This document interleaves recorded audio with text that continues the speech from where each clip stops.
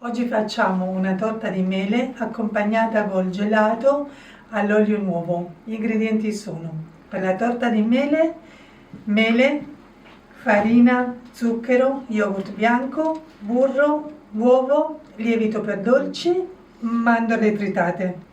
Per il gelato invece usiamo latte fresco, panna fresca, olio extravergine di oliva nuovo, zucchero, sale grosso e bacca di vaniglia.